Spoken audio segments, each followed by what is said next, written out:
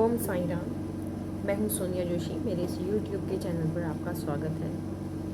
दोस्तों, आज जिस विषय पर मैं बात करने वाली हूं वो है कर्ज मुक्ति का उपाय, जो कि बहुत ही सिंपल सा एक रेमेडी मैं बताने वाली हूं।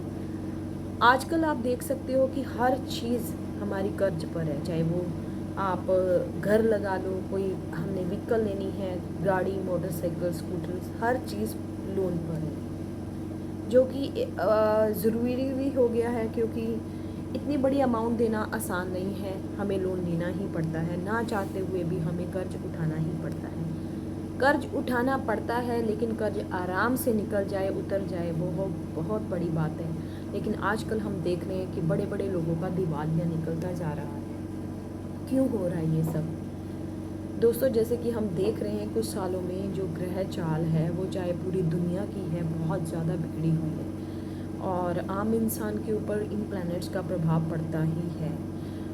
जो लोग इन बातों को नहीं मानते वो मुझसे कृपया कांटेक्ट करें। मैं बड़े आराम से समझा सकती हूँ कि किस तरह से ग्रह चाल जो होती है वो हमें, हमारी लाइफ को अफेक्ट करती है। तो चलो, विषय ये नहीं है। विषय ये है कि कैसे हम कर्ज से जल्द मुक्ति पा सकते हैं, क्या छोटे छोटे उपाय कर सकते हैं कि हमें कर्ज जो हमने लिया है वो जल्दी से जल्दी उतर जाए। कर्ज कैसे लेना चाहिए, कर्ज कब नहीं लेना चाहिए और कब उतारना चाहिए, तो इस विषय पर मैं आज बात करूँगी। सबसे पहली बात, जब आपने कभी भी कोई कर्ज लेना हो, जैसे स्कूटर के लिए, कार के लिए, गाड़ी के लिए, किसी भी तरह का, बच्चों की एजुकेशन लोन, तो वो आप बुधवार को ही लीजिए। कोशिश कीजिए कि बुधवार को ही लेने जाइए। और उतारना कब चाहिए? जब आपने उतारना है, मान लीजिए कि कर्ज उतारते वक्त सम टाइम दिक्कत आ जाती है, हमारा बजट हिल जाता है, हमने इतने ज़्यादा कर्ज ले लेते हैं गलती से कि उतारे नहीं जाते।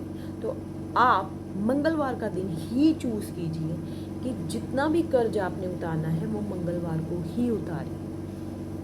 थोड़ा थोड़ा करके मंगलवार को उतारना शुरू कीजिए। जैसे आप मंगलवार को कर्ज उतारोगे, आप देखोगे कि बहुत जल्दी जल्दी आपका कर्ज उतरने लग गया है। जो मंगल का दिन है वही कर्ज के से रिलेटेड दिन है। अगर आप मंगलवार को कर्ज उतारते हो, लेना नहीं है, मंगलवार को कर्ज लेना नहीं है, देना है। और छोटी सी एक रेमेडी, जो नारियल की वो होता है गिरी, जो सूखी, जिसको ड्राई फ्रूट में यूज़ करते हैं, तो आप उसको लीजिए, उसका ऊपर से कट कर देना है। जो सूखा नारियल होता है उसको, जो ड्राई फ्रूट में यूज़ होता है, छोटा सा गोला मिलता है, तो उसको ऊपर से कट कर लेना है।